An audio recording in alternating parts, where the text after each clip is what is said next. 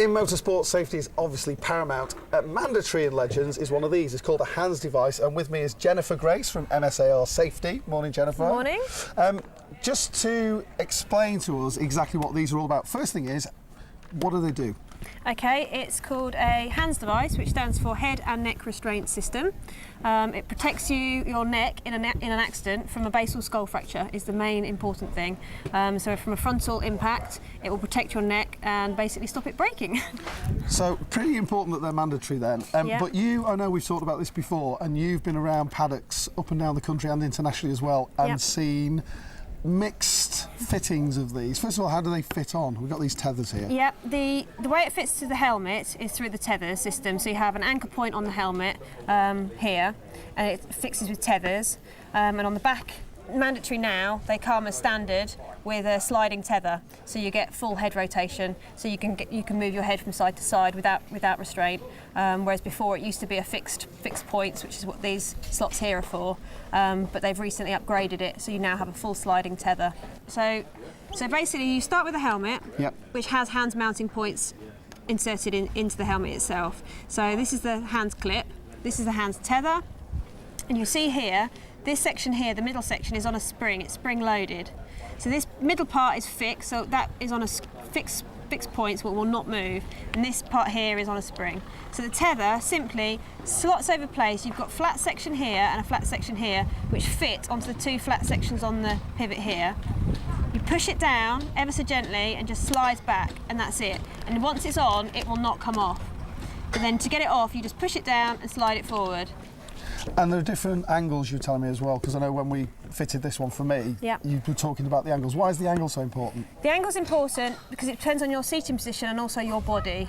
So you need to make sure that it fits you properly so that your neck and head is in the right position. So if you've got the wrong angle, your head will be pushed down or you'll be uncomfortable and be restrained in the seat. So you need to make sure that you've got the right angle for your right application of car.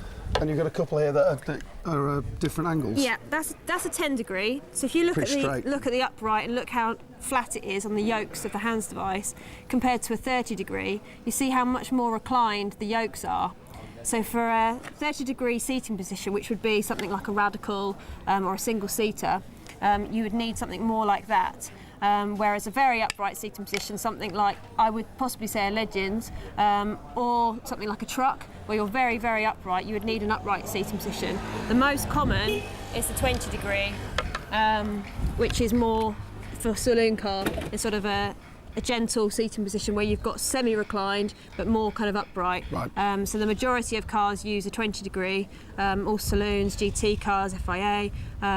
Only anything single seater or very reclined, you'd need a 30 degree.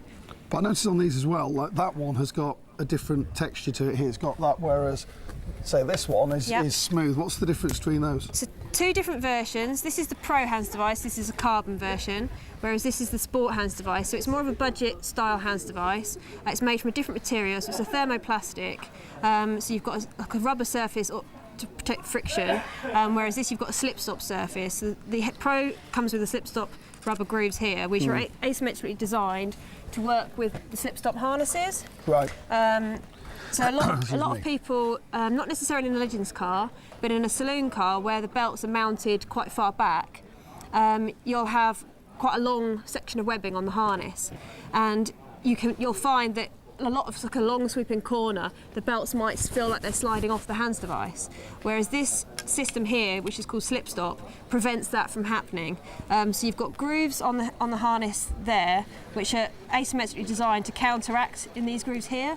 So if you just see how easy, when I place that over there, and it locks into place. You can see the grooves, they lock into place. So if you try and slide the adjuster away now, it just locks. Yeah, solid, it doesn't isn't it? want to slide, so it just stops that movement. Because naturally the harness will try and pull away as you're going around a sweeping corner, and this just prevents that from happening, so it locks into place.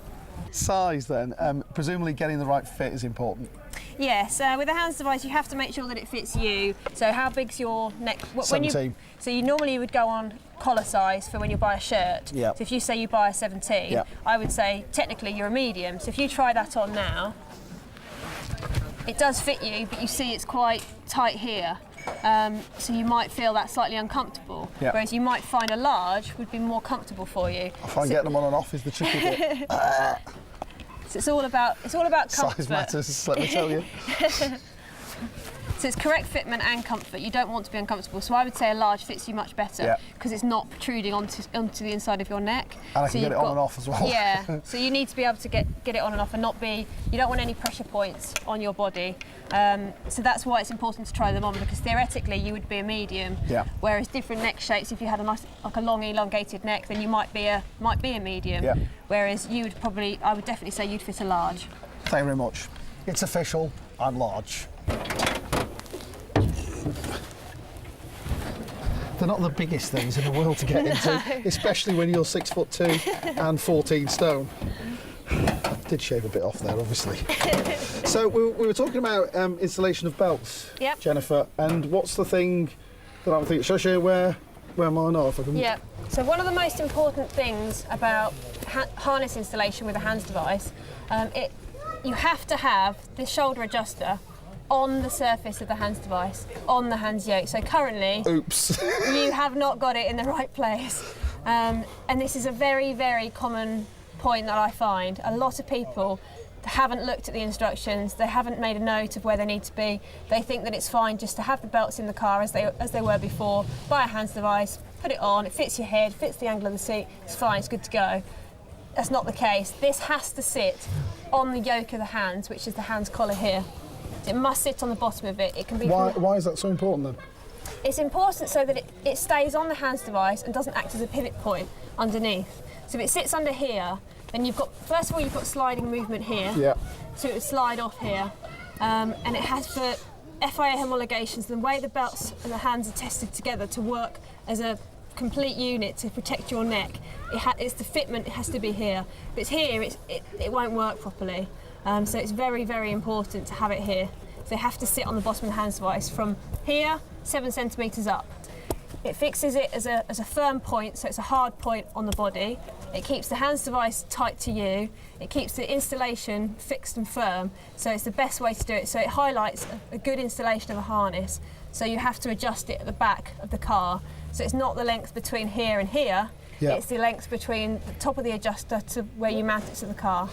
So if you want to know more about whether your belts are fitted correctly or hands device or anything safety-wise, check out Jennifer's website. MSAR-safety.com is where all the information is. Meanwhile, I think I've got a little job to do. Better go and get one of the boys. We need to refit these.